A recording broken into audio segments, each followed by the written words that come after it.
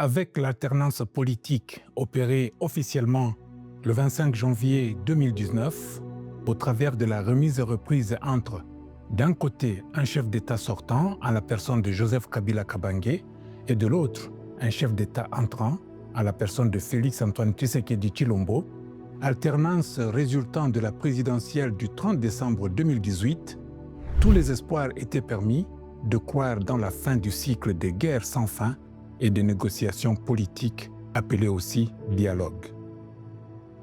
Nous savions tous que les négociations du centre interdiocésain, après le boycott du dialogue de la Cité de l'Union africaine, présidé par le Togolais Edem Kodjo, ont été confiées à la CENCO par le président Joseph Kabila avec comme instruction de conclure un accord qui serait acceptable par toutes les parties. C'est ainsi que le centre interdiocésain produira in extremis l'accord de la Saint-Sylvestre pour une prolongation de 2 ans, le temps de permettre au pays d'organiser des élections convenables et que le pays s'installe enfin dans un cycle normal des élections tous les 5 ans. Nous rêvions de la tenue régulière des élections, mais alors de bonnes élections. En 2023, en 2028, en 2033, en 2038, 2043, 2048, 2053 et 2058, ne serait-ce que pour atteindre le centenaire de la République démocratique du Congo de son indépendance en 2060. Mais hélas, c'est un rendez-vous manqué, mais non perdu à jamais, si nous avons le courage de nous remettre en cause. Pour l'histoire, c'est grâce à la maîtrise de la CENCO dans la conduite des négociations que les élections ont eu lieu en 2018 et ont permis à la CENI de proclamer Félix Tshisekedi vainqueur. Qui a alors interrompu le cycle des élections pour renouer avec les négociations politiques, entendez le dialogue? C'est évidemment la personne qui a remis en cause le pacte républicain issu du dialogue intercongolais confirmé, du reste, par les négociations politiques du centre interdiocésain.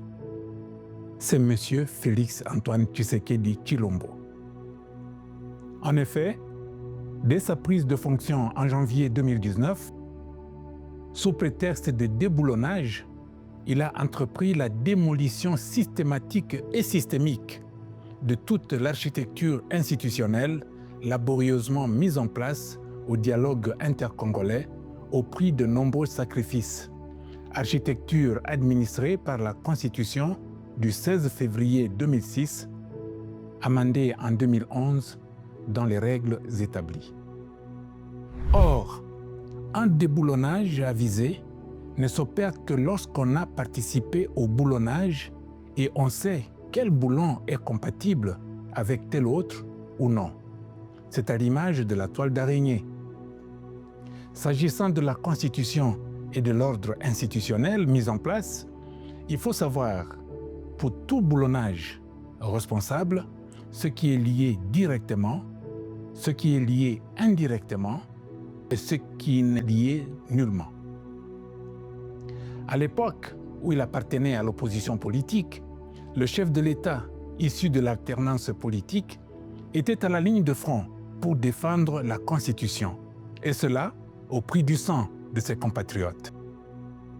Une fois au pouvoir, il s'en est fait le premier fossoyeur au motif d'être une constitution faite à l'étranger, par des étrangers, donc pour les étrangers. Ezali malamouté.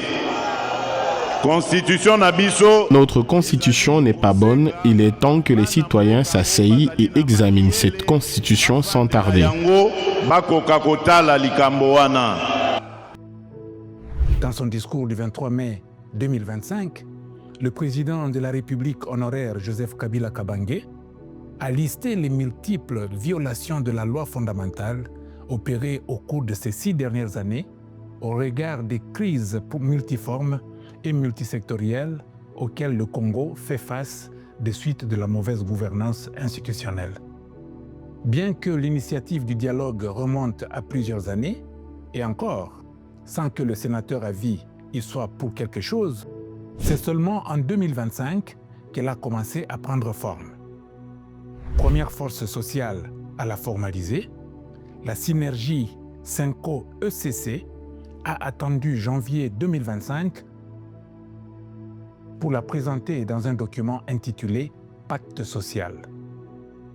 En se prononçant pour la première fois en faveur du dialogue, le sénateur à vie Joseph Kabila Kabange a non seulement préconisé l'enrichissement du pacte social, mais proposé aussi un plan de résolution de la crise en 12 points.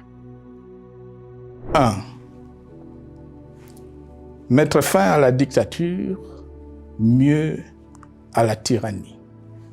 Constat: toute l'opposition, dans sa diversité, utilise les mêmes termes. 2. Arrêter la guerre.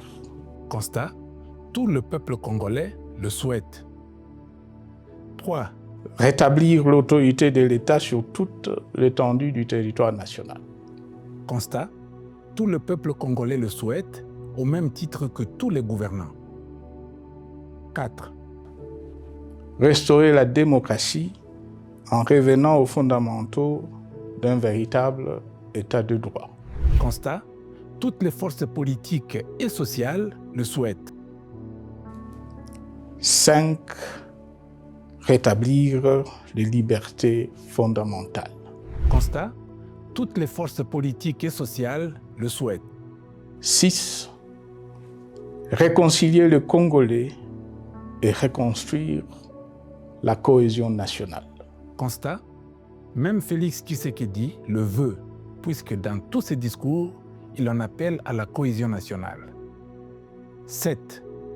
Relancer le développement du pays par la mise en place d'une bonne gouvernance économique, une gestion administrative et financière orthodoxe et une répartition équitable des ressources nationales. Constat: tout le peuple congolais et toutes les forces vives de la nation le souhaitent. 8. Relancer le dialogue sincère et permanent avec tous les pays voisins en vue de l'instauration de la paix et du développement durable dans la région. Constat: tous les partenaires bilatéraux et multilatéraux le préconisent. 9.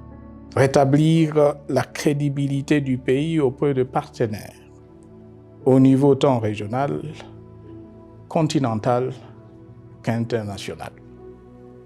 Constat: tous les partenaires bilatéraux et multilatéraux le préconisent. 10. Neutraliser tous les groupes armés nationaux et étrangers et rapatrier ces derniers dans leur pays d'origine.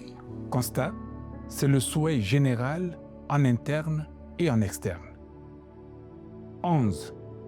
Mettre définitivement fin au recours et à l'utilisation de mercenaires, conformément à la Convention de l'Union africaine sur l'élimination du mercenariat en Afrique du 3 juillet 1977 et à la résolution des Nations Unies du 4 décembre 1989 portant sur la Convention internationale contre le recrutement, l'utilisation, le financement et l'instruction de mercenaires et rapatrier sans condition ceux qui sont déjà déployés sur le sol congolais. Constat: c'est le souhait unanime de tous les Congolais. 12. Ordonner le retrait sans délai de toutes les troupes étrangères du territoire national. À ce sujet, je salue la décision sage des pays de la SADC de retirer les troupes de la SAMI DRC de notre pays. Constat: tous les Congolais le souhaitent. Preuve qu'il est en communion avec tous les protagonistes internes et externes pour résoudre la crise, c'est ici l'occasion de le souligner et de le rappeler. Joseph Kabila Kabange et sa famille politique n'y sont pour rien. dans le non-respect d'un supposé deal envisagé entre le gouvernement et le M23, dont une délégation avait séjourné à Kinshasa pendant 14 mois, d'octobre 2020 à décembre 2021. Première cause de la reprise de la guerre à l'Est. Force est plutôt de constater que certains points du plan Joseph Kabila sont repris dans l'accord de paix dit de Washington, signé le 27 juin 2025 entre la RDC et le Rwanda sous l'égide des États-Unis d'Amérique, d'autres dans la déclaration de principe signée entre le gouvernement de la République et l'AFC M23 le 19 juillet dernier. Force est également de constater l'inconstance qui caractérise Félix Tshisekedi par rapport au pacte social. Tantôt, il encourage les évêques de la SENCO et de l'ECC dans leur mission de bons offices. Tantôt, il les boude en suscitant le dédoublement via les églises dites les unes indépendantes, les autres du réveil, quand ce n'est pas l'autorité coutumière. J'ajoute qu'une aile a porté plainte à charge de la SENCO et de l'ECC pour usurpation des pouvoirs en référence à l'article 207 de la Constitution dont elle s'est fait une lecture mauvaise. Tantôt, il met sur pied, dans son propre cabinet, une cellule pour discuter du pacte social avec ses auteurs. Au bout du compte, en tant que chef de l'État, Félix Tshisekedi a dans ses attributions la responsabilité constitutionnelle de garantir l'unité nationale au travers de la cohésion nationale. Au lieu de cela, il devient lui-même le diviseur principal de la société congolaise, et cela va même jusque dans son propre parti politique, l'UDPS, pris en étau par deux ailes, il y a même eu mort d'homme. Rien d'étonnant en cela, Félix Tshisekedi a la réputation de renier ses engagements, si bien que la notion de continuité de l'État, consacrée à l'article 69 de la Constitution, n'a pas de place dans sa gouvernance. Seul le dialogue garantit la sécurisation du partenariat stratégique. À l'intérieur comme à l'extérieur du pays, toutes les propositions qui lui sont faites vont dans le sens du dialogue. À l'intérieur, même au sein de l'UDPS, son parti, et de l'USN, sa plateforme, des voix sont en concordance pour en appeler au dialogue. Les forces vives constituées par la classe politique et la société civile, dans leur diversité, sont dans leur grande majorité favorables au dialogue. À l'extérieur, les institutions communautaires sous-régionales, comme la CEAC, la SADC et l'EAC, les institutions régionales comme la CIRGL et le COMESA, les institutions continentales comme l'Union africaine et l'Union européenne, en plus des Nations unies, sont pour le dialogue.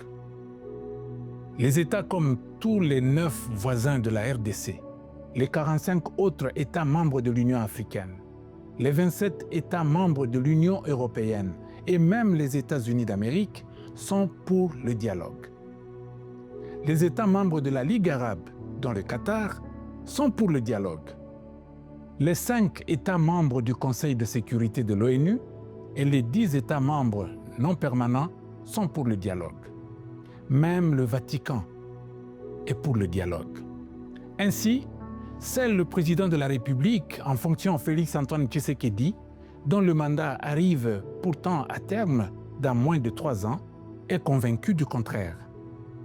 Il perd seulement de vue que les partenariats stratégiques extérieurs sur lesquels il mise pour son maintien au pouvoir sont pour le dialogue, pour sécuriser leurs investissements.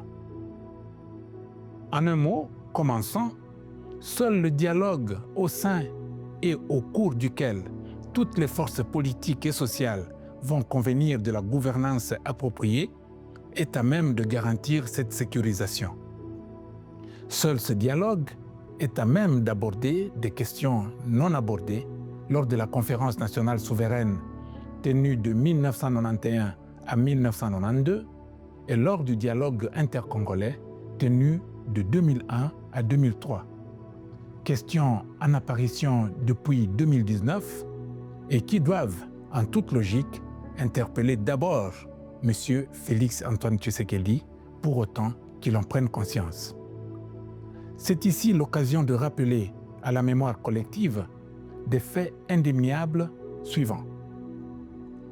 En 1991, ayant rejeté l'initiative de la Conférence nationale souveraine, le maréchal Mobutu Sese Seko vit ce dialogue se tenir contre son gré. Il pouvait certes se réjouir de l'avoir piégé jusqu'à la dénaturer. Au final, son manque de coopération l'avait desservi. En 1999-2001, ayant résisté à l'initiative du dialogue intercongolais pour des raisons souverainistes évidentes, Mzee Laurent-Désiré Kabila n'avait pas vu ses assises se tenir. Par contre, son successeur, Joseph Kabila Kabange, s'est montré coopératif et c'est à lui que l'histoire reconnaît la sauvegarde de l'intégrité territoriale du Congo et le retour du pays dans le concert des nations. En cette année 2025, Félix Tshisekedi est en train de développer la même attitude que le maréchal Mobutu et son successeur, Laurent-Désiré Kabila. A-t-il les ressources mentales de l'un ou de l'autre pour faire face à la lame de fond qui s'annonce? Nul n'étant immortel, il devra savoir que d'une manière ou d'une autre, son successeur, quel qu'en soit le schéma, optera pour le dialogue national. La particularité avec les églises comme les catholiques et les protestants, c'est qu'elles n'ont pas de mandat à durée déterminée. Il en est de même de l'opposition, qui n'a pas non plus de mandat déterminé. Par contre, le pouvoir a un mandat déterminé. Ce qu'on peut récuser, rejeter, peut revenir. L'homme n'échappe pas à son destin, produit du schéma issu des négociations politiques initiées par Joseph Kabila au travers de la CENCO fin décembre 2016, M. Félix Antoine Tshisekedi Tshilombo doit rentrer aux négociations s'il veut sauver ce qu'il entend sauver. Comme relevé plus haut, c'est lui et lui seul qui a recréé la dégradation des conditions politiques, économiques et sociales à la base de tous les dialogues précédents. Je m'appelle Barnabé Kikayabin Karoubi. Je suis professeur à l'Université de Kinshasa, Faculté des Lettres et Sciences humaines, au département des sciences de l'information et de la communication.